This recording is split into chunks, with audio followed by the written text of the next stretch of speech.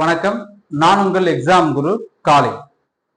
இந்த கிளாஸ்ல TNPSC group 4 exam prepare பண்றவங்களுக்கு ஒரு ஃபாஸ்ட் ரிவிஷன் பார்க்க போறோம். இந்திய அரசியலமைப்பினுடைய மிக முக்கியமான சட்ட திருத்தங்கள், இந்தியன் கான்ஸ்டிடியூஷன்ல very very important constitutional amendments தான் அந்த கிளாஸ்ல பார்க்க போறோம். இந்த ஒரு கிளாஸ்ல 53 அமெண்ட்மெண்ட் பார்க்க போறோம். இது வரைக்கும் இந்திய அரசியலமைப்புல மொத்தமாக பண்ணிருக்காங்க 106 கடைசியா பண்ணது. இதுல சரியா பாதி பார்க்க போறோம், 53 பார்க்க போறோம். இந்த 53 தான் வெரி வெரி இம்பார்ட்டன்ட். எக்ஸாம்ல இதுல இருந்து கட்டாயமா ஒரு கேள்வி வரும், நோட் பண்ணி வச்சுக்கோங்க. ரிவிஷன் ஸ்டார்ட் பண்ணலாமா? டன். ஓகே, வாங்க கிளாஸ்க்குள்ள போகலாம். ஒரு சட்டம் எப்படி உருவாகுது அப்படிங்கிற கான்செப்டை முதல்ல பார்த்துட்டு போயிடலாம். பாராளுமன்றம், பார்லிமெண்ட். பார்லிமெண்ட்லாம் என்னது? லோக்சபா, ராஜ்யசபா, குடியரசுத் தலைவர் மாளிகை. அதாவது இது மூணும் சேர்ந்ததுதான் பார்லிமெண்ட். ஒரு பில்ல கொண்டு வந்து பார்லிமெண்ட்டுக்குள்ள போடுவாங்க. அது லோக்சபால பாஸ் ஆகி, ராஜ்யசபால பாஸ் ஆகி, குடியரசுத் தலைவர் ஒப்புதல் அளிக்கலாம், நிராகரிக்கலாம், திருத்தங்களை மேற்கொள்ள திரும்ப அனுப்பலாம், அல்லது கிடப்பில் போடலாம். இந்த 4 ஆப்ஷன் பண்ணலாம். சப்போஸ் அவர் அதுல ஒப்புதல் கொடுத்துட்டாரு அப்படின்னா அதுதான் என்னவா வெளியே வரும், சட்டமா வரும். இப்படிதான் ஒரு மசோதா சட்டமாக மாறுகிறது. மாறக்கூடிய முறை பார்லிமெண்ட்ல போய் லோக்சபா ராஜ்யசபால பாஸ் பண்ணி பிரசிடென்ட் கிட்ட ஒப்புதல் வாங்கிடுச்சுன்னா அதுதான் சட்டம். சட்டமும் இப்படிதான் வரும், சட்ட திருத்தமும் இப்படிதான் வரும். ஆனா சட்ட திருத்தத்துல ரொம்ப முக்கியமான கான்செப்ட் இருக்குது. அதுதான் ஃபர்ஸ்ட் அமெண்ட்மெண்டாவே படிக்க போறோம். பார்க்கலாமா? கான்ஸ்டிடியூஷனல் அமெண்ட்மெண்ட், அரசியலமைப்பு சட்ட திருத்தம், தென்னாப்பிரிக்காவில் இருந்து பெறப்பட்டது. பாகம் 20, விதி 368. இது சிறப்பு பெரும்பான்மையோடு நிறைவேற்றப்பட வேண்டும், அறுதி பெரும்பான்மையோடு நிறைவேற்றப்பட வேண்டும். ஸ்பெஷல் மெஜாரிட்டியில பில்ல பாஸ் பண்ணணும். ஸ்பெஷல் மெஜாரிட்டினா என்ன? 2/3. 2/3 என்ன? லோக்சபா ராஜ்யசபால 2/3, அதாவது 3/2 உறுப்பினர்கள் அவைக்கு வருகை புரிந்து வாக்களிக்கக்கூடிய முறைக்கு பேர் தான் சிறப்பு பெரும்பான்மை. அப்படிதான் இந்த மசோதாவை நிறைவேற்றணும். அப்படி நிறைவேற்றுற மசோதா முதல் முறையா லோக்சபாலே வரலாம், ராஜ்யசபாலே வரலாம். குடியரசுத் தலைவர்கிட்ட முன்னனுமதி வாங்க வேண்டிய அவசியம் கிடையாது. கூட்டம் லோக்சபா ராஜ்யசபா ஒரே இடத்துல கூட்டக்கூடிய அதிகாரம் கிடையாது. லோக்சபா ராஜ்யசபால சிறப்பு பெரும்பான்மையில தான் நிறைவேற்றப்பட வேண்டும். இறுதியாக பாத்தீங்கன்னா குடியரசுத் தலைவர் தன்னுடைய வீட்டோ பவர், வெட்டு அதிகாரங்களை பயன்படுத்த இயலாது, பயன்படுத்த முடியாது. ஏன்? அதுதான் இம்பார்ட்டன்ட் அமெண்ட்மெண்ட்ல இம்பார்ட்டன்ட், மிக முக்கியமான சட்ட திருத்தங்கள்ல மிக முக்கியமானது. 24வது சட்ட திருத்தம் 1971 என்ன சொல்றது பாருங்களேன். அரசியலமைப்பு சட்ட திருத்தம், கான்ஸ்டிடியூஷனல் அமெண்ட்மெண்ட் ஆக்ட். இது லோக்சபா ராஜ்யசபால ஸ்பெஷல் மெஜாரிட்டியில பில்லு பாஸ் ஆயிடுச்சுன்னா குடியரசுத் தலைவர் கட்டாயம் ஒப்புதல் அளிக்க வேண்டும். மஸ்ட் கிவ் அசென்ட் அப்படிங்கறதுதான் இந்த சட்ட திருத்தம் சொல்லுது. 24வது சட்ட திருத்தம் 1971. டன்னா? கிளியரா? அடுத்த சட்ட திருத்தம் போறதுக்கு முன்னாடி நம்ம எக்ஸாம் குரு காலி அப்படிங்கிற மொபைல் ஆப்ல நம்ம ஆன்லைன் கிளாஸஸ் கொடுத்துட்டு இருக்கோம். வித் வெரி வெரி மினிமம் பிரைஸ்ல 499, 50% ஆஃபர். இந்த ஆஃபர் ஜூன் 9ஆம் தேதியோட முடிஞ்சிடும். கமிங் சண்டேக்குள்ள முடிஞ்சிடும். அதுக்கு முன்னாடி இந்த கோர்ஸ்ல ஜாயின் பண்ணிக்கோங்க. ஏன்னா 499 அப்படிங்கிறது 799 இன்க்ரீஸ் ஆயிடும் மண்டேல இருந்து. ஸோ அதுக்கு முன்னாடி யூட்டிலைஸ் பண்ணிக்கோங்க. அந்த அளவுக்கு இந்த கோர்ஸ் வர்த்தா அப்படின்னு கேட்டீங்கன்னா இப்ப நம்ம எடுக்கக்கூடிய கிளாஸ் பாருங்க. நீங்க டிஎன்பிசி குரூப் 4 எக்ஸாம் எழுதுங்க. ஆல்ரெடி நம்ம பெய்டு கோர்ஸ்ல நம்மளோட யூடியூப் சேனல் ஃபாலோ பண்ண நிறைய பேர் இருப்பாங்க. அவங்களுக்கு எல்லாருக்கும் சேர்த்து நான் சொல்றேன், இந்த குரூப் 4 எக்ஸாம் முடிஞ்சதுக்கு அப்புறம் அன்னைக்கு ஈவினிங்கே நம்ம எக்ஸாம்ல நாம எக்ஸாம் குரு காலி அப்படிங்கிற மொபைல் ஆப்ல ஆன்லைன் கோர்ஸ் எடுத்துட்டு இருந்தோம் இல்லையா, அதுல இருந்து எவ்வளவு கேள்விகள் வந்திருக்கு, என்னென்ன சப்ஜெக்ட் எவ்வளவு கேள்வி வந்திருக்கு ஒரு வீடியோ போட போறேன். அது பார்த்தீங்கன்னா உங்களுக்கு நம்பிக்கை கிடைக்கும். இந்த 499க்கான course 6 month validity, recorded video available. Recorded video பார்த்துக்கலாம். இண்டிவிஜுவல் கோர்ஸ் தனித்தனியா இருக்குது. இந்திய அரசியலமைப்பு, இந்திய பொருளாதாரம், இந்திய புவியியல், இந்திய தேசிய இயக்கம், இயற்பியல் அப்படின்னு சொல்லி ஒவ்வொரு சப்ஜெக்டும் தனித்தனியா எடுத்துட்டு இருக்கோம். 6 மாத வேலிடிட்டி. இது எல்லாமே ரெக்கார்டட் வீடியோஸ். பிடிஎஃப் ஆல்சோ இருக்குது. பைலிங்குவல் கிளாஸ், தமிழ் இங்கிலீஷ்ல இருக்கும். மெட்டீரியலும் தமிழ் இங்கிலீஷ்ல இருக்கும். இதை இந்த 499 ஏன் கொடுத்துருக்கோம் அப்படின்னா ஃபர்ஸ்ட் பேட்ச் இப்பதான் ஸ்டார்ட் பண்ணோம், அதனால அந்த பிரைஸ் கொடுத்துருக்கோம். டன். தேவைப்படுறவங்க யூட்டிலைஸ் பண்ணிக்கோங்க ஜூன் 9க்கு முன்னாடி. அதுக்கப்புறம் போனீங்கன்னா 799 ஆயிடும். அதுக்காக சொல்றேன், இந்த ஆஃபர் முடிஞ்சிரு. ஸோ இது எக்ஸாம் குரு காலி அப்படிங்கிற மொபைல் ஆப்ல தான் எடுத்துட்டு இருக்கோம். மொபைல் ஆப்பை இன்னும் டவுன்லோட் பண்ணாம இருக்கவங்க டிஸ்கிரிப்ஷன்ல கொடுத்துருக்கிறோம், அந்த லிங்கை யூஸ் பண்ணி டவுன்லோட் பண்ணிக்கோங்க. அடுத்தது இதுல கோர்ஸ்ல ஜாயின் பண்றது சம்பந்தமா உங்களுக்கு எந்த டவுட் இருந்தாலும் 887030 2702 அப்படிங்கிற நம்பருக்கு நீங்க கால் பண்ணலாம் அல்லது மெசேஜ் பண்ணலாம். டீம் வந்து உங்களை கைட் பண்ணுவாங்க, எப்படி நம்ம கோர்ஸ்ல ஜாயின் பண்ணணும் அப்படிங்கிற டீட்டெயில் எல்லாம் சொல்லுவாங்க. அடுத்தது முக்கியமான சட்ட திருத்தம் பார்க்கலாமா? முதல் சட்ட திருத்தம் 1/1/1951. 52வது சட்ட திருத்தம் 5/5/1985. 73 74வது சட்ட திருத்தம் 1 2 3 4 1 1 5 5 3 4னா அது ரெண்டாவது நம்பரா 2 92. அப்போ முதல் சட்ட திருத்தம் 1951, 52வது சட்ட திருத்தம் 1985, 73வது சட்ட திருத்தம் 1992, 74வது சட்ட திருத்தமும் 1992 தான். ஆனா நடைமுறைக்கு வந்தது வேற வேற. April 24 93, June 1 93. April 24 panchayat Raj தினம். இது நாளும் என்ன விஷயம்? 9, 10, 11, 12வது அட்டவணைகளை அரசியலமைப்புல சேர்க்கிறாங்க.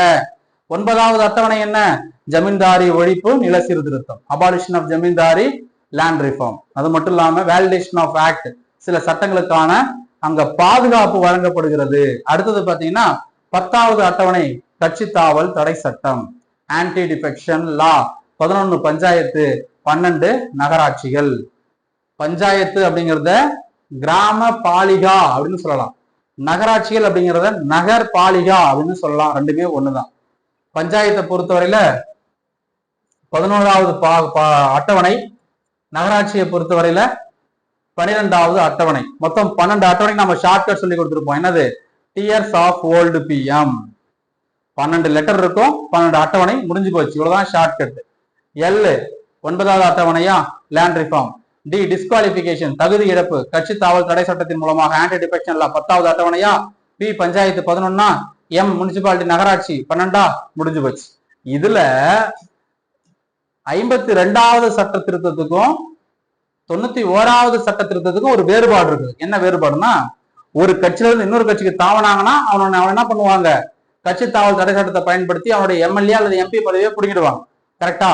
ஆனா ஒரு கட்சியில இருந்து இன்னொரு கட்சிக்கு தாவனாலும் ஒருத்தரால எம்எல்ஏ பதவிய அல்லது எம்பி பதவியை தக்க வச்சுக்க முடியுமா? முடியும். அதுதான் என்ன சொல்லுது, 1/3 மேல மொத்தம் 30 எம்எல்ஏ இருக்கிறாங்க அல்லது எம்பி இருக்கிறாங்கன்னு வச்சுக்கோங்க. நான் எக்ஸாம்பிளுக்கு டிஎம்கே எடுத்துக்கிட்டேன். டிஎம்கேல 30 எம்எல்ஏ இருக்காங்க. டிஎம்கே சிம்பிளை யூஸ் பண்ணி, உதயசூரியன் சின்னத்தை யூஸ் பண்ணி 30 எம்எல்ஏ ஜெயிச்சு வந்துட்டான். அதுல இருந்து ஏடிஎம்கே என்ற வேற ஒரு கட்சிக்கு தாவறாங்க. ஜெயிச்சதுக்கு அப்புறம் 1 2 3 9 பேர் தாவனாலும் அவனால எம்எல்ஏவா இருக்க முடியாது. அவன் டிஎம்கேல இருந்து ஏஎம்கே போனாலும் அவனால எம்எல்ஏ பதவியை பிடிங்கிடுவாங்க அல்லது எம்பி பதவியும் பிடிங்கிடுவாங்க. ஆனா 10 பேர் போனாங்கன்னா, 10 பேர் 11, ஏன் 30 பேருமே ஏடிஎம்கே போயிட்டானாலும் அவனுடைய எம்எல்ஏ பதவியை எம்பி பதவியை தக்க வச்சுக்க முடியும். இதுதான் 1/3. இதனால சின்ன சின்ன கட்சிகள் எல்லாம் பாதிப்படையுது. அந்த கட்சியை ஒண்ணு இல்லாம இது உடஞ்சு போகுதுன்னு சொல்றதுனால இதை திருத்துறாங்க. எப்படி திருத்துறாங்க? 2/3 திருத்துறாங்க. அந்த சட்ட திருத்தம் தான் 91வது சட்ட திருத்தம் 2003, 2004 நடைமுறைக்கு வந்துச்சு. இது என்ன கான்செப்ட்னா, அதே 30 எம்எல்ஏ எடுத்துக்குவாங்க, அதே டிஎம்கே ஏடிஎம்கே எடுத்துக்கோங்க ஒரு எக்ஸாம்பிளுக்கு. இது எம்எல்ஏக்கும் பொருந்தும், எம்பிக்கும் பொருந்தும். இங்க பாத்தீங்கன்னா 1ல இருந்து 19 பேர் போனாலும் பதவி பறிபோகிவிடும்.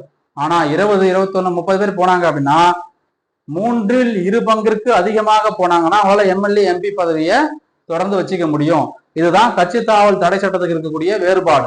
52வது சட்ட திருத்தம் 1985, 91வது சட்ட திருத்தம் 2003. ஓகே, இப்ப இந்த 91வது சட்ட திருத்தத்துல இன்னொரு விஷயம் இருக்குது. அது என்ன? இப்போ அமைச்சர்கள்லாம் இருக்கிறாங்க. அமைச்சர் எத்தனை பேர் இருக்கலாம்? 75ல 1A, 164ல 1A, 75 பாராளுமன்றத்துல மத்திய அமைச்சரை பத்தி பேசுறது. இது பாத்தீங்கன்னா 164ல 1A மாநிலத்துல இருக்கக்கூடிய அமைச்சர்களை பத்தி பேசுறது. ஒவ்வொரு சட்டமன்றம் இருக்குல்ல, தமிழ்நாடு, ஆந்திரா, அப்படி அவங்க பத்தி பேசுறது. எவ்வளவு பேர் இருக்கலாம்? குறைந்தபட்சமா ஒரு சில இடங்கள்ல 12 பேர்னு சொல்லுவாங்க. குறைஞ்சபட்சமா 12 பேராவது மினிஸ்டரா இருக்கணும். அதிகபட்சமா 15% இருக்கலாம். அதிகபட்சமா இருக்கலாம் 15%, 15% இருக்கலாம் அப்படின்னு சொல்றாங்க. எதுல 15%? என்கிட்ட 2 அவை இருக்குது. இப்ப ஸ்டேட்ல எடுத்துக்கிட்டீங்கன்னா தமிழ்நாட்டுல இல்ல, ஆந்திரால இருக்கு, தெலுங்கானால இருக்குது, பீகார்ல இருக்குது, உத்தரப்பிரதேசல இருக்குது, கர்நாடகால இருக்குது, மகாராஷ்டிரால இருக்குது. 6 ஸ்டேட்ல பாத்தீங்கன்னா எம்எல்ஏ இருக்காங்க, எம்எல்சி இருக்காங்க, 2 பேருமே இருக்காங்க. தமிழ்நாட்டுல எம்எல்ஏ மட்டும்தான் இருக்காங்க, பிரச்சனை இல்லை. ஆனா ஆந்திரா, தெலுங்கானால 2 பேர் இருக்கிறாங்க, எம்எல்ஏ இருக்கிறான், எம்எல்சி இருக்கிறான். அப்ப எவ்வளவு பேர் டோட்டலா இருக்கணும்? 15%. எப்படி? மொத்தமா 15%, இல்ல வந்து எம்எல்ஏ மட்டுமா இல்ல எம்சி மட்டுமா எம்எல்சி மட்டுமா, மேல லோக்சபா இருக்குது ராஜ்யசபா இருக்குது, லோக்சபால 15%, ராஜ்யசபால 15%, லோக்சபா ராஜ்யசபா சேர்த்து 15%, டவுட் வரும்ல எவ்வளவு பேர் இருக்கலாம்னு. அந்த டவுட் அவங்களே கிளியர் பண்றாங்க. ஒரு ஸ்டேட் எடுத்துக்கிட்டீங்கன்னா அங்க சட்டமன்றம் பாத்துக்கோங்க, எம்எல்ஏ எவ்வளவு எம்எல்ஏ இருக்காங்களோ அதுல 15% மினிஸ்டர் இருக்கலாம். எம்எல்சியை பத்தி கணக்கு இல்லை. பார்லிமெண்ட் எடுத்துக்கிட்டீங்கன்னா லோக்சபா சொல்றாங்க, லோக்சபால மொத்தம் 543 பேர் இருக்கிறாங்க. அதுல 15% தோராயமா 80 பேர்னு வச்சுக்கோங்க. அதுல 80 பேர் வந்து அமைச்சரா இருக்கலாம். இப்ப நீங்க ஒரு விஷயத்த நோட் பண்ணணும் சார். அப்படின்னா நிர்மலா சீதாராமன் நிதி அமைச்சரா இருந்தாங்களே, அவங்க வந்து எதுல இருக்காங்க? ராஜ்யசபா எம்பி தானே, அவங்களுக்கு மினிஸ்டர் இருக்காங்க. இருக்கலாம். மினிஸ்டர் அப்படிங்கிறவங்க லோக்சபால இருக்கலாம், ராஜ்யசபால இருக்கலாம், எம்எல்ஏவா இருக்கலாம், எம்எல்சியா இருக்கலாம். அது பிரச்சனை கிடையாது. எண்ணிக்கையில லோக்சபால எண்ணிக்கை எவ்வளவு இருக்காங்களோ அதுல 15%. அதே போல மாநில சட்டமன்றத்துல எண்ணிக்கையில எவ்வளவு பேர் இருக்காங்களோ அதுல 15%. அவ்வளவுதானே தவிர லோக்சபால தான் வரணும், சட்டமன்றத்துல இருந்து தான் வரணும்னு அவசியம் கிடையாது. எங்க இருந்து வேணா அமைச்சர் வரலாம். ஓகேங்களா? இது ஒரு முக்கியமான சட்ட திருத்தம். 91வது சட்ட திருத்தம் 2003 2004 நடைமுறைக்கு வந்துச்சு. இந்திய அரசியலமைப்புல அலுவல் மொழிகள், ஆட்சி மொழிகள் பாத்தீங்கன்னா துவக்க காலத்துல 14 மொழிகள் இருந்தது, இப்ப 22 மொழிகள் இருக்குது. புதுசா நிறைய மொழிகள் சேர்த்தாங்க. அதுக்கான சட்ட திருத்தத்தை பார்க்க போறோம். 15வது மொழி சிந்தி, 16, 17, 18 கொங்கணி, மணிப்புரி, நேபாளி, 19, 20, 21, 22 போடோ, டோக்ரி, சந்தாலி, மைத்திலி. இந்த 4 மொழிகள் இது எல்லாமே ஒரு சட்ட திருத்தம் மூலமா அரசியலமைப்புல சேர்க்கிறாங்க. 15, 21வது சட்ட திருத்தம் 1967, 16, 17, 18 71வது சட்ட திருத்தம் 1992, 19, 20, 21, 22 92வது சட்ட திருத்தம் 2003. இந்த சட்ட திருத்தம் மூலமா சேர்த்துக்கிறாங்க. இதுக்கு ஒரு ஷார்ட்கட் இருக்கு. என்ன ஷார்ட்கட் பாத்துடலாமா? 21, 67 ஞாபகம் வச்சுக்கோங்க. இங்க 7 இங்க 7 போட்டுக்கோங்க, 7 1 இங்க 2 போட்டுக்கோங்க. சாரி 7 இங்க 1 தான், இங்க 1க்கு அப்புறம் 2 அப்போ 1992. இங்க 2 இங்க 1 இங்க 2, இந்த 92 இங்க போட்டுக்கோங்க. 92வது சட்ட திருத்தம் இங்க 2 அப்போ 3. அவ்வளவுதான். திரும்ப சொல்றோம் பாருங்க. 21, 67 இந்த 7 போட்டுக்கோங்க. 71 இங்க 1 அப்புறம் 2 92. இந்த 92 இங்க எழுதிக்கோங்க. 2 அப்ப 3 2003. இதான் இதுக்கான ஷார்ட்கட். 15, 16, 17, 18, 19, 20, 21, 22 சிந்தி, கொங்கணி, மணிப்புரி, நேபாளி, போடோ, டோக்ரி, சந்தாலி, மைதிலி. முடிஞ்சு போச்சு. இப்போ மாநிலத்துல பாத்தீங்கன்னா சட்டமன்றம் இருக்கு, எஸ்சி எஸ்டி இடஒதுக்கீடு இருக்குது. பாராளுமன்றத்துல லோக்சபா இருக்கு, எஸ்சி எஸ்டி இடஒதுக்கீடு இருக்குது. எம்எல்சில இடஒதுக்கீடு இருக்குதா? சட்ட மேலவையில இடஒதுக்கீடு இருக்கான்னு கேட்டா இல்ல. ராஜ்யசபா எம்பி இருக்காங்கல்ல, அங்க இடஒதுக்கீடு இருக்கா கேட்டா இல்ல. எம்எல்ஏல இடஒதுக்கீடு இருக்கான்னு கேட்டா இருக்கு. லோக்சபா எம்பில இடஒதுக்கீடு இருக்கான்னு கேட்டா இருக்கு. யாருக்கு? பட்டியல் பழங்குடியின மக்களுக்கு. அதை பத்தி தான் சட்ட திருத்தம் பார்க்க போறோம். அதுக்கு முன்னாடி தமிழ்நாட்டுல எஸ்சி எஸ்டி ரிசர்வேஷன் பார்த்துடலாமா? மொத்த எம்எல்ஏக்கள் 234. சரியா? 234 பேர்ல கட்டாயமா 44 பேர் எஸ்சியாவும் 2 பேர் எஸ்டியாவா இருக்கணும். மொத்தமா 46 எஸ்சி எஸ்டி. 234. இது தமிழ்நாட்டுல சட்டமன்றத்தில் இருக்கக்கூடிய ரிசர்வேஷன், ரிசர்வ்டு கான்ஸ்டிடுவன்சி. புரிஞ்சுதுங்களா? அடுத்தது இப்ப லோக்சபால பார்க்க போறோம். லோக்சபா எம்பி மொத்தமா 543 பேர் இருக்கிறாங்க. இதுல எஸ்சி எஸ்டி எவ்வளவு இருக்கணும்? 131 இடங்கள். 84, 37, 11க்கு 1 மீதி 1 8 9 10 11 சாரி 47, 7 4 11க்கு 1 மீதி 1 8 9 9 9 4 13. அதாவது எஸ்சி 84, எஸ்டி 47 இடஒதுக்கீடு இருக்குது. சரியா? சரி. இப்போ இந்த இடஒதுக்கீடு 100 வருஷத்துக்கு 1000 வருஷத்துக்கு அப்படியே இருக்குமான்னு கேட்டா கிடையாது. காலத்துக்கு ஏற்ற மாதிரி மாறிக்கிட்டே இருக்கும். கண்டிப்பா அதிகமாகுமே தவிர குறையறதுக்கு வாய்ப்பு இல்லை.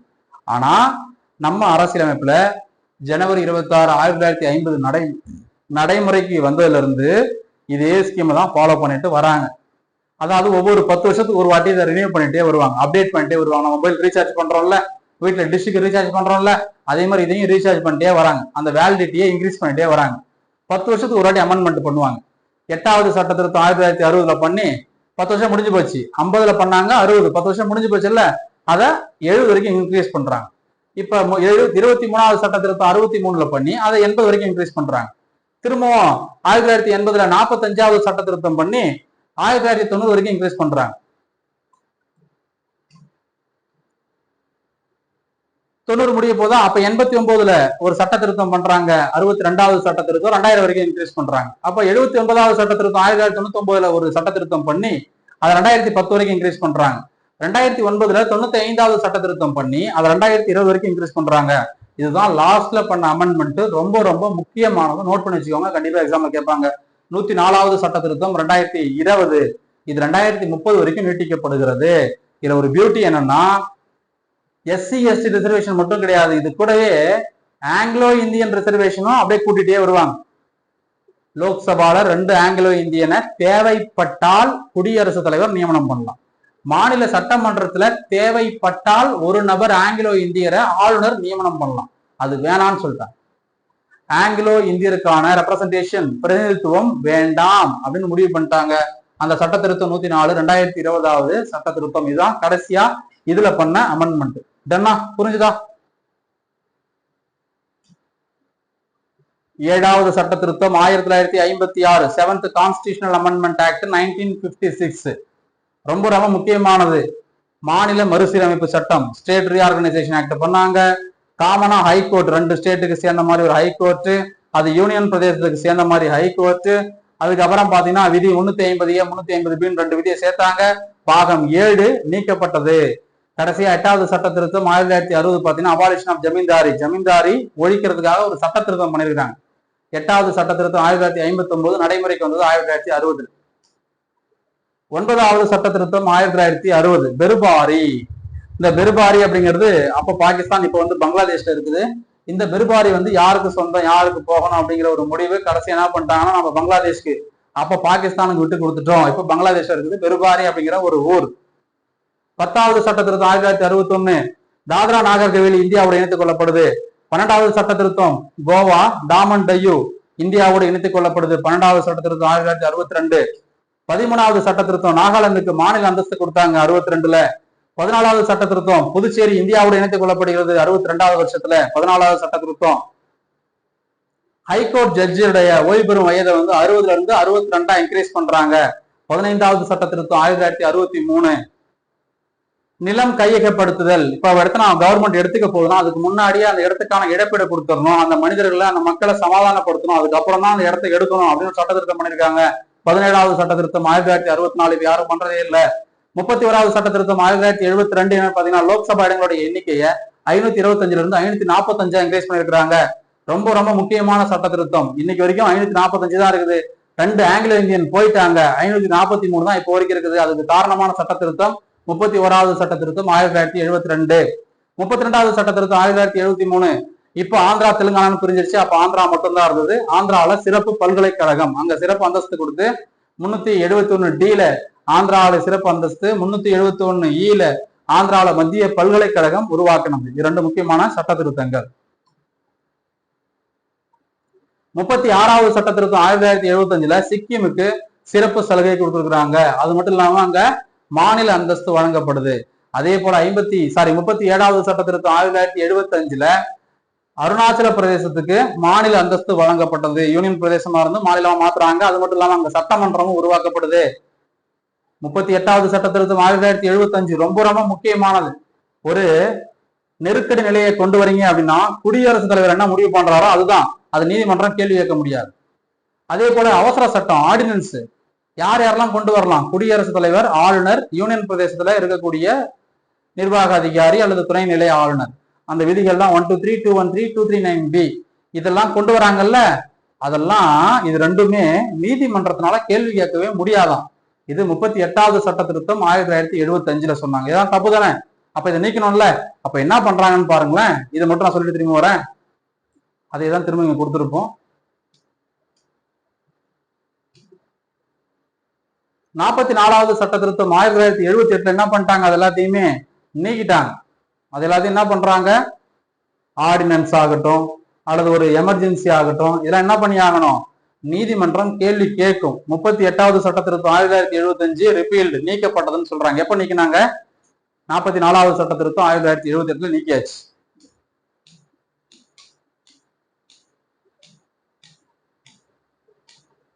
இந்த சட்ட திருத்தம் 38வது சட்ட திருத்தம் 1975, இது அதன் பிறகு வந்த 1978 44வது சட்ட திருத்தத்தில் நீக்கப்பட்டது.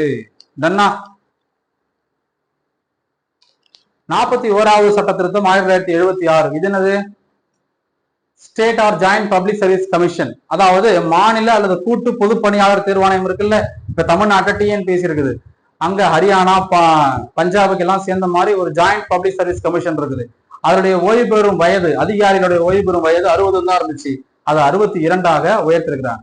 60ல இருந்து 62 இன்க்ரீஸ் பண்ணிருக்காங்க. அதான் இந்த 41வது சட்ட திருத்தம் 1976. 38வது சட்ட திருத்தம் படிச்சாச்சு, அதை பத்தி டீடெயிலா கொடுத்துருக்காங்க. எல்லாம் நம்ம கிளாஸ்ல தெளிவா எடுத்திருக்கோம், ரிவிஷன் ஃபாஸ்டா போயிட்டு இருக்கோம். 42வது சட்ட திருத்தம் 1976 என்னன்னு பாத்தீங்கன்னா மினி கான்ஸ்டிடியூஷன், சிறு அரசியலமைப்பு சொல்லுவாங்க. ஏன்னா ஒரு அரசியலமைப்பு மாதிரியே கொஞ்சம் சின்னதா இருக்குது, அதனால அதுக்கு பேரு மினி கான்ஸ்டிடியூஷன். 42வது சட்ட திருத்தம் சிறு அரசியலமைப்பு 76ல பண்ணாங்க. இதுல பாத்தீங்கன்னா முகவுரையில SSI, சோசியலிஸ்ட் செக்குலர் இன்டெகிரிட்டி அப்படிங்கிற 3 வார்த்தையை சேர்த்துருக்காங்க. பாகங்களை பொறுத்தவரை 4A 14Aன்னு சொல்லி அடிப்படை கடமைகள் மற்றும் தீர்ப்பாயங்கள் இது ரெண்டும் சேர்த்திருக்கிறாங்க. 39A 43A 48A அப்படின்னு சொல்லி டிபிஎஸ்பி பாகம் 4ல இருக்கக்கூடிய பகுதி 4ல் வரக்கூடிய பார்ட் நம்பர் 4ல directive principle of state policy, அரசு நெறிமுறைப்படுத்தும் கோட்பாடுகள்ல இந்த சட்டங்கள் எல்லாம் சேர்த்திருக்கிறாங்க. இதெல்லாம் 42வது சட்ட திருத்தம். இது மட்டும் இல்லாம இன்னும் நிறைய இருக்குது. எமர்ஜென்சி பிரசிடென்ட் என்ன பண்ணணும் அப்படின்னு பாத்தீங்கன்னா, முன்னாடி பிரசிடென்டா முடிவு பண்ணிடுவாரு, இப்ப பிரசிடென்டா முடிவு பண்ண முடியாது, கேபினெட் கிட்ட ஒப்புதல் வாங்கணும். அடுத்தது கான்ஸ்டிடியூஷனல் அமெண்ட்மெண்ட், அரசியலமைப்பு சட்ட திருத்தம் நீதித்துறை கேள்வி கேட்க முடியாது, நீதித்துறையினுடைய ஆய்விற்கே அப்பாற்பட்டது அப்படின்னு சொல்றாங்க. லோக்சபா எம்பி எம்எல்ஏவோட பதவி காலத்தை 5 வருஷத்துல இருந்து 6 வருஷமா இன்க்ரீஸ் பண்றாங்க. இப்ப 6 வருஷமா இருக்கு, 5 வருஷம் தானே இருக்குது, தப்பு தானே, அப்ப இதை நீக்கணும்ல, அடுத்த சட்ட திருத்தத்தில் நீக்கிடுவாங்க. அடுத்தது நேஷனல் எமர்ஜென்சி, ஒட்டுமொத்தமா தேசிய நெருக்கடி நிலைன்னு போறாம இந்தியாவில் ஒரு குறிப்பிட்ட பகுதியை மட்டும் சூஸ் பண்ணி ஒரு 4-5 ஸ்டேட்டை சூஸ் பண்ணி கூட நீங்க என்ன பண்ணலாம், நேஷனல் எமர்ஜென்சியை போடலாம், தப்பு இல்ல அப்படின்னு சொல்றாங்க. அடுத்தது ஸ்டேட் எமர்ஜென்சி, ஒரு மாநிலத்துல நெருக்கடி நிலை, பிரசிடென்ட் ரூல 6 மாசத்துல இருந்து 1 வருஷம் வரைக்கும் நீங்க போடலாம். ஸ்டேட் லிஸ்ட்ல இருந்து ரொம்ப ரொம்ப முக்கியமானது, எக்ஸாம் அடிக்கடி கேட்கறது, மாநில பட்டியலில் இருந்து பொது பட்டியலுக்கு 5 துறைகள் மாற்றப்படுகிறது. கல்வி, எஜுகேஷன், ஃபாரஸ்ட் வனம், protection of wildlife and birds வனவிலங்குகள் மற்றும் பறவைகள் பாதுகாப்பு, வெயிட்ஸ் அண்ட் மெஷர்மெண்ட் எடை மற்றும் அளவீட்டியல், அட்மினிஸ்ட்ரேஷன் ஆஃப் ஜுடிஷியரி நீதித்துறையில் நிர்வாகம். இந்த 5 துறைகள் என்ன பண்ணாங்கன்னா மாநில பட்டியல இருந்து மத்திய பட்டியலுக்கு மாத்திட்டாங்க. அது தொடர்பான சட்ட திருத்தம் தான் 44வது சட்ட திருத்தம் 1976. இது போக என்ன பண்றாங்கன்னா கோரம் படிச்சிருப்போம், 100cc பைக், நம்ம கிளாஸ் அட்டன் பண்ணவங்களுக்கு, நம்ம பெய்ட் கிளாஸ் கோர்ஸ்ல இருக்கவங்களுக்கு தெரியும். 100cc பைக், 1C காஸ்டிங் ஓட்டு, 2 பக்கம் சமமா வாக்கு வந்துருச்சுன்னா சபாநாயகர் ஓட்டு போடுவாரு. அதே போல இன்னொரு சி என்னன்னு பாத்தீங்கன்னா இந்த கோரம், கோரத்துக்கு ஸ்பெல்லிங் கியூன்னு ஸ்டார்ட் பண்ணாலும் ஷார்ட்கட்டுக்காக சி ஞாபகம் வச்சுக்கோன்னு சொல்லியிருப்பேன். 10ல் 1 பங்கு உறுப்பினர்கள் அவைக்கு வருகை புரிந்திருக்கணும். அப்படி வந்தாதான் அந்த கூட்டம் நடந்ததாக அன்னைக்கு ஏதாவது சட்டமோ ஏதாவது டிஸ்கஷனோ பண்ண முடியும், பண்ண முடியாது. அதையே நீக்கிட்டாங்க, கோரமே வேணாம்னு முடிவு பண்ணிட்டான். 1/10 வேணாம், 10 பேர் நான் பார்லிமெண்ட் நடத்துவேன் அப்படின்னு முடிவு பண்ணிட்டாங்க. இதெல்லாம் தப்பு தானே. அப்ப இதெல்லாம் என்ன பண்றாங்கன்னா அடுத்தது காங்கிரஸ் அல்லாத ஒரு அமைச்சரவை ஜனதா கவர்மெண்ட் மொரார்ஜி தேசாய் தலைமையில ஏற்படுது. அவங்க 44வது சட்ட திருத்தம் 1978 பண்றாங்க. இவங்க நிறைய சட்டங்களை ஏற்கனவே பண்ண சட்ட திருத்தங்கள் எல்லாத்தையும் கேன்சல் பண்றாங்க. 42வது சட்ட திருத்தம் 1976 பண்ணது நிறைய என்ன பண்றாங்க, ரீஸ்டோர் பண்றாங்க, பழைய இடத்துக்கே மாத்துறாங்க. எம்பி எம்எல்ஏ பதவி காலத்தை 5 வருஷமா குறைச்சிட்டாங்க. திரும்ப அதே மாதிரியே கோரத்தை கொண்டு வந்துட்டான். சுப்ரீம் கோர்ட் ஹை கோர்ட்டுக்கு அந்த பவர் எல்லாம் கொடுத்துட்டான், பவர் எல்லாம் எடுக்கல. ஆர்டினன்ஸ், ஒரு அவசர சட்டம், நீ யாருன்னா கொண்டு வா, குடியரசுத் தலைவரோ ஆளுநரோ துணைநிலை ஆளுநர் யாருன்னா கொண்டு வா, நீதிமன்றம் கேள்வி கேட்கும். இன்டர்னல் டிஸ்டர்பன்ஸ் அப்படிங்கிற வார்த்தை, உள்நாட்டு கலவரன்ற வார்த்தையை ஆயுத கழகம், ஆர்ம்டு ரிபெலியன் மாத்துறாங்க. நேஷனல் எமர்ஜென்சி, தேசிய நெருக்கடி நிலைக்கு கண்டிப்பா கேபினெட் கிட்ட ரிட்டன் எழுத்து மூலமாக ஒப்புதல் வாங்க வேண்டும் அப்படின்னு சொல்லியிருக்காங்க. இதெல்லாம் பாத்தீங்கன்னா 44வது சட்ட திருத்தம் 1978 மிக மிக முக்கியமானது. அடிப்படை உரிமையிலிருந்து சட்ட உரிமையாக மாற்றிய சொத்துரிமை விதி 31 இருந்து 300A போயிடுச்சு. பார்ட் நம்பர் 3ல இருந்து பார்ட் நம்பர் 12 வந்துருச்சு. அடிப்படை உரிமைகள் இருந்து நிதி சொத்து ஒப்பந்தம் மற்றும் வழக்குகள் அப்படிங்கிற இடத்துக்கு வந்துருச்சு. கடைசியா பாத்தீங்கன்னா நேஷனல் எமர்ஜென்சி, தேசிய நெருக்கடி நிலை அப்படிங்கிற இடத்துல விதி 20, 21 எந்த காரணம் கொண்டு நம்ம என்ன பண்ண முடியாது, நிறுத்தி வைக்கவே முடியாது. Article 20 and 21 cannot be suspended. ரொம்ப ரொம்ப முக்கியமான விதி இந்த சட்ட திருத்தத்துல சொல்லியிருக்கிறாங்க. ஏன்னா எமர்ஜென்சி வரும்போது நீ ஆர்டிகல் 2021 நிறுத்தக்கூடாது. இரண்டாவது சட்ட திருத்தம் 1951 பாருங்க, ஒரு லோக்சபா எம்பிக்கு 7.5 லட்சம் தான். 7.5 லட்சம் மக்களுக்கு ஒரு மக்களவை பிரதிநிதி. அப்படிதான் இப்ப தேர்தல் நடந்திருக்கு தமிழ்நாட்டுல. அதை விட அதிகமா இருக்கு. இப்ப கேட்டீங்கன்னா 10 லட்சத்தை தாண்டி இருப்பாங்க. இந்தியாவை பொறுத்த வரையில மக்கள் தொகை அதிகமாயிட்டாங்க. ஆனா இன்னும் இந்த எம்பி சீட்டை வந்து இன்க்ரீஸ் பண்ணல. 2026ல பண்ணிடுவாங்க. அதுக்கு பேர் தான் இந்திய அளவுல மறு சீரமைப்பு. எதுலன்னு பாத்தீங்கன்னா லோக்சபா இடங்கள், மாநில சட்டமன்ற இடங்கள், விதி 83வது விதி டீலிமிட்டேஷன் ப்ராசஸ் அப்படின்னு சொல்லுவாங்க. 2026ல பண்ண போறாங்க.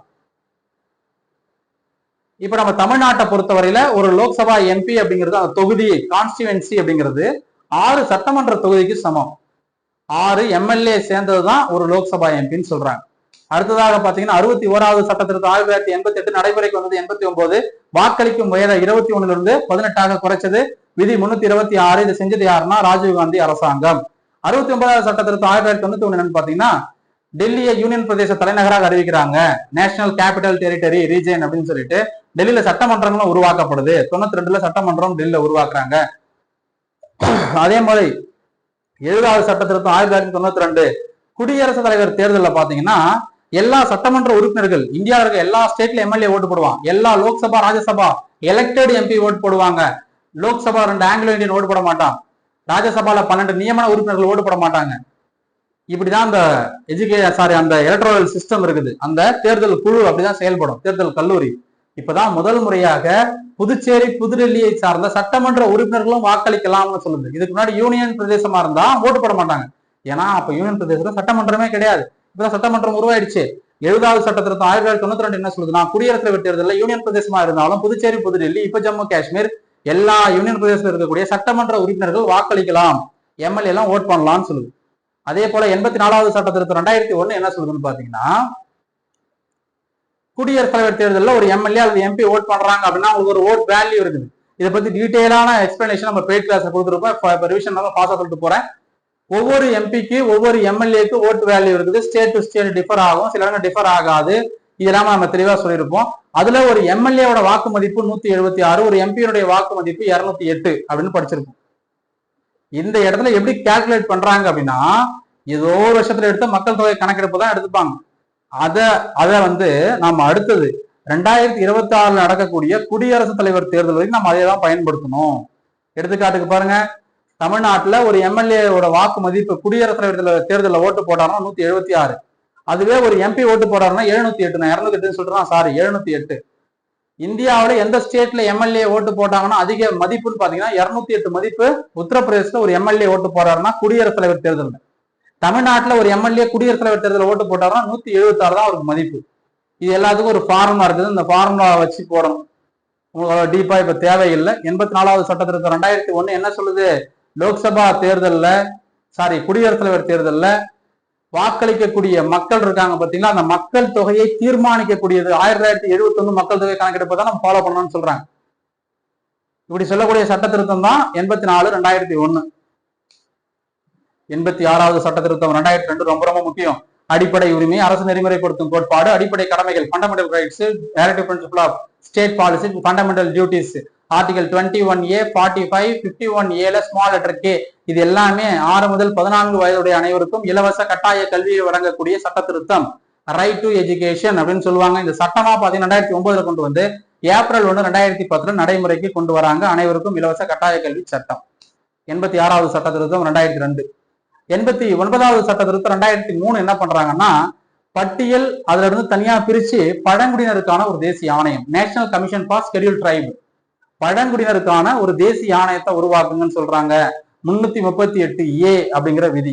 76வது சட்ட திருத்தம் 1994 என்ன பண்றாங்க? ஜெயலலிதா முதலமைச்சராக இருக்கும் பொழுது தமிழ்நாடு இடஒதுக்கீடு சட்டம் 9வது அட்டவணையில் வைத்து பாதுகாக்கப்படுகிறது. அதாவது 69% இடஒதுக்கீடு இருக்கு பாத்தீங்களா, அதை கொண்டு போய் பாதுகாப்பா வைக்கிறாங்க. பிசி 30 அதுல இருந்து பிரிச்சு கலைஞர் என்ன பண்றாரு? பிசி 26.5, பிசி முஸ்லீம் 3.5, எஸ்சிக்கு 18 இருந்தது, அது பிரிச்சு எஸ்சிக்கு 15, எஸ்சிஏக்கு 3, எஸ்டிக்கு 1%. இது அப்படியே பிரிச்சு என்ன பண்றாங்கன்னா 59% பாதுகாக்கிறாங்க ஜெயலலிதா 9வது அட்டவணையில வச்சு. அது தொடர்பான சட்ட திருத்தம் 79வது சட்ட திருத்தம் 1994. ஸோ லாஸ்ட் கட்டத்துக்கு வந்தாச்சு, லைனா பார்க்க போறோம். கடைசியா பண்ண அமெண்ட்மெண்ட்லாம் கண்டிப்பா எக்ஸாம்ல கேட்கலாம். 96வது சட்ட திருத்தம் 2011 ஒரிசா ஒடியா அப்படிங்கிற பெயர் மாற்றம். 97வது சட்ட திருத்தம் 2011 கூட்டுறவு சங்கங்கள் அரசியலமைப்புல சேர்த்தாங்க. இதுல பாத்தீங்கன்னா விதி எண் 19(1)C 43(B) பாகம் 9B. ஆனா இதுல சோகம் என்னன்னா, ராஜேந்திர ஷா அப்படிங்கிறவர் மகாராஷ்டிரா அரசாங்கத்துக்கு ஏதாவது ஒரு வழக்கு போட்டு சுப்ரீம் கோர்ட்டுக்கு போய் 2021 சுப்ரீம் கோர்ட் என்ன சொல்லுச்சு, 97வது சட்ட திருத்தம் 2011 செல்லாது, கூட்டுறவு சங்கங்களுக்கான அரசியலமைப்பு அங்கீகாரம் பொருந்தாது, இது கூட்டாட்சி தத்துவத்துக்கு எதிரானதுன்னு சொல்லிட்டாங்க. இந்த சட்ட திருத்தமே செல்லாதுன்னு சொல்லிட்டாங்க. 98வது சட்ட திருத்தம் 2013 இது கர்நாடகாவுக்கும் ஆந்திராவுக்கும், இப்ப தெலுங்கானாவும் பிரிஞ்சிருச்சு, தெலுங்கானாவுக்கும் கர்நாடகாவுக்கும் இடையில இருக்கக்கூடிய அந்த நிலை எல்லை, இப்ப ஒவ்வொரு பார்டரும் பாத்தீங்கன்னா இப்படி இந்தியா பாகிஸ்தான், இந்தியா சைனா ஒரு கண்ட்ரிக்கு நடுவில் பிரச்சனை இருக்கிற மாதிரி இந்தியாவுக்கு ஸ்டேட்டுக்குள்ளே பிரச்சனை இருக்கும் போது அதை நம்ம திருக்கணும். இப்ப நம்ம தமிழ்நாட்டுக்கும் கர்நாடகா, தமிழ்நாடு கேரளாவுக்கும் நம்ம ரிவர் வாட்டர் டிஸ்பியூட் இருக்குது. அதே போல கர்நாடகாவுக்கும் தெலுங்கானாவுக்கும் லேண்ட்லே டிஸ்பியூட் இருக்குது. என்னோட எல்லை, இது உன்னோட எல்லைன்னு பிரச்சனை இருக்குது. அந்த எல்லை பிரச்சனையை திருக்கிறது தான் 98வது சட்ட திருத்தம் 2013. அதே போல 99வது சட்ட திருத்தம் 2014 NJAC national judicial appointment commission, தேசிய நீதிபதிகள் நியமன ஆணையம், ஒரு ஆணையத்தை வந்து உருவாக்கலாம்னு பார்லிமெண்ட் முடிவு பண்ணிட்டாங்க. ஆனா இதை பார்லிமெண்ட்லாம் முடிவு பண்ணக்கூடாது, யார் தான் முடிவு பண்ணணும், கொலிஜியம் தான் முடிவு பண்ணணும் அப்படின்னு சொல்றாங்க. சோ கொலிஜியம் அப்படிங்கிற தமிழ்லயும் கொலிஜியம் தான். உச்சநீதிமன்ற தலைமை நீதிபதி மற்றும் 4 உச்சநீதிமன்ற நீதிபதிகள் கொலிஜியம்ல இருப்பாங்க. இவங்க தான் அடுத்தது யாரு, உச்சநீதிமன்றத்தின் தலைமை நீதிபதி, உச்சநீதிமன்ற நீதிபதி, உயர்நீதிமன்ற தலைமை நீதிபதி, உயர்நீதிமன்ற நீதிபதிகள் யார் அப்படிங்கிற முடிவை எடுப்பாங்க. அதை க்ளோஸ் பண்ணி அதுக்கு பதிலா பார்லிமெண்ட் ஒரு கட்சி சார்பாக, ஏன்னா ஒரு கட்சிக்காரன் தான் என்ன பண்ண போறான், அப்பாயின் பண்ண போறான்.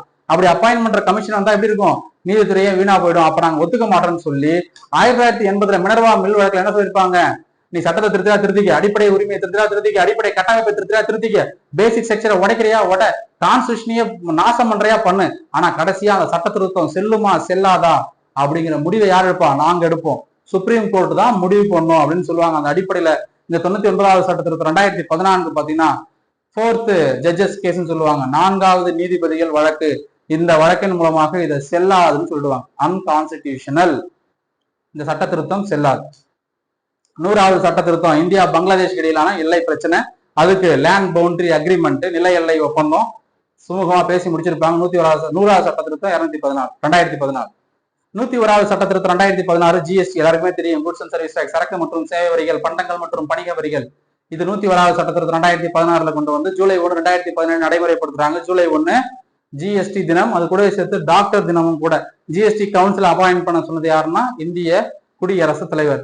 102வது சட்ட திருத்தம் 2018 national commission for BC backward கிளாஸஸ்க்கு, பிற்படுத்தப்பட்டவருக்கான ஒரு தேசிய ஆணையத்தை ஏற்படுத்துறாங்க. விதி எண் 338B அதை கொண்டு போய் சேர்க்கிறாங்க. அரசியலமைப்பு அங்கீகாரம் பெறுகிறது, தேசிய அளவுல ஒரு ஆணையம். 102வது சட்ட திருத்தம் 2018. 103வது சட்ட திருத்தம் 2019 இடபிள்யூஎஸ் எக்கனாமிக்கலி வீக்கர் செக்ஷன், பொருளாதாரத்தில் பின்தங்கியவர்களுக்கான 10% இடஒதுக்கீடு. இப்ப நான் ஜெனரல் கமிட்டியா இருக்கேன், எனக்கு வந்து பாத்தீங்கன்னா மத்திய அரசு பணிகள்ல, வேலை வாய்ப்புகள்ல, கல்வி நிறுவனங்கள்ல 10% இடஒதுக்கீடு தராங்க. நான் பொருளாதாரத்துல பின்தங்கி இருந்தேன்னா அதுதான் எக்கனாமிக்கலி வீக்கர் செக்ஷன். 10% ரிசர்வேஷன் இந்திய அரசாங்கம் நடைமுறைப்படுத்திட்டாங்க, தமிழ்நாடு அரசாங்கம் நடைமுறைப்படுத்தல. 103வது சட்ட திருத்தம் 2019. 104வது சட்ட திருத்தம் நான் படிச்சிட்டோம்ல, ஆங்கிலோ இந்தியன் ரிசர்வேஷன் 2030 வரைக்கும் எக்ஸ்டெண்ட் பண்றாங்க. SC ST ரிசர்வேஷன் எக்ஸ்டெண்ட் பண்றாங்க. ஆனால் எதை எக்ஸ்டெண்ட் பண்ணல, 2 ஆங்கிலோ இந்தியனை எக்ஸ்டெண்ட் பண்ணல. இனிமேல் வேணாம்னு முடிவு பண்ணிட்டாங்க, நியமனம் வேண்டாம். ஏன்னா அதை குடியரசுத் தலைவர் டைரக்டா நியமனம் பண்ணுவார், தேவை இருந்ததுனாதான், தேவையில்லைன்னு முடிவு பண்ணிட்டாங்க. அடுத்தது பாத்தீங்கன்னா SC ST ரிசர்வேஷன் 131 சீட் 543 பேர்ல.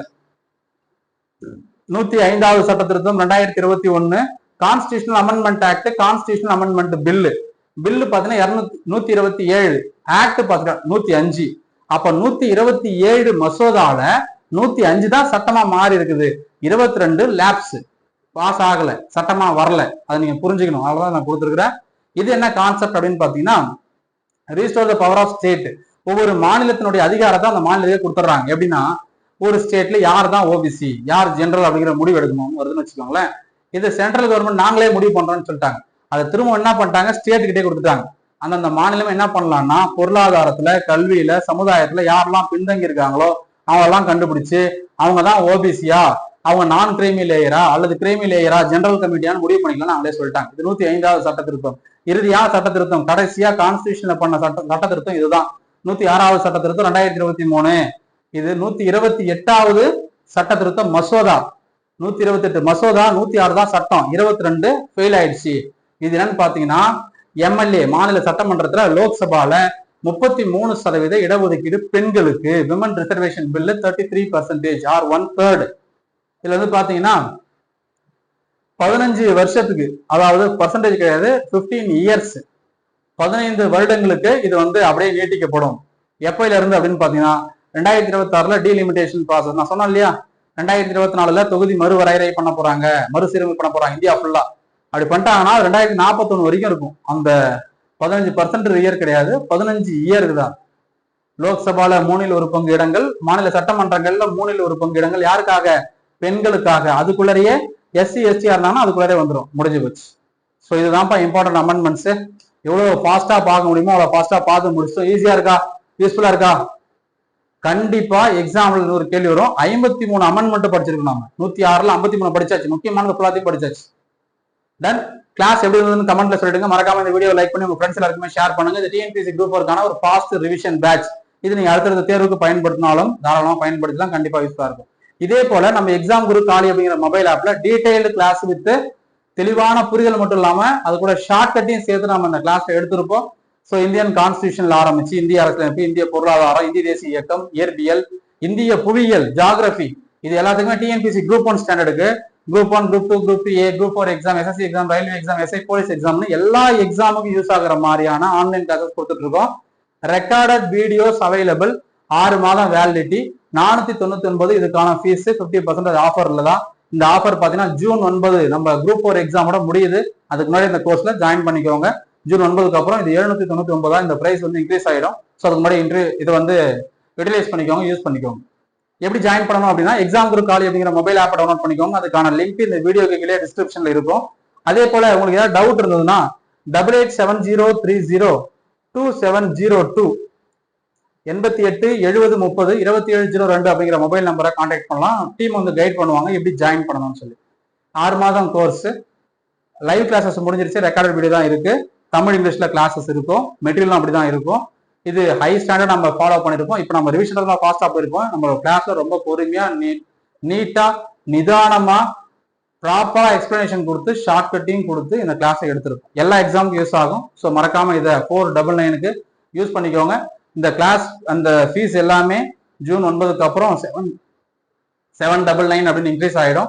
ஃபர்ஸ்ட் பேட்ச் அப்படிங்கிறத ரொம்ப ரொம்ப கம்மியான பிரைஸ் வந்து நம்ம கொடுத்துருந்தோம். ஓகேங்களா? டன். ஸோ டவுட் இருந்தால் எங்கள் நம்பருக்கு கான்டாக்ட் பண்ணுங்க. குரூப் 4 எக்ஸாம் நல்லா படிங்க, ரிவிஷன் பண்ணிட்டே இருங்க.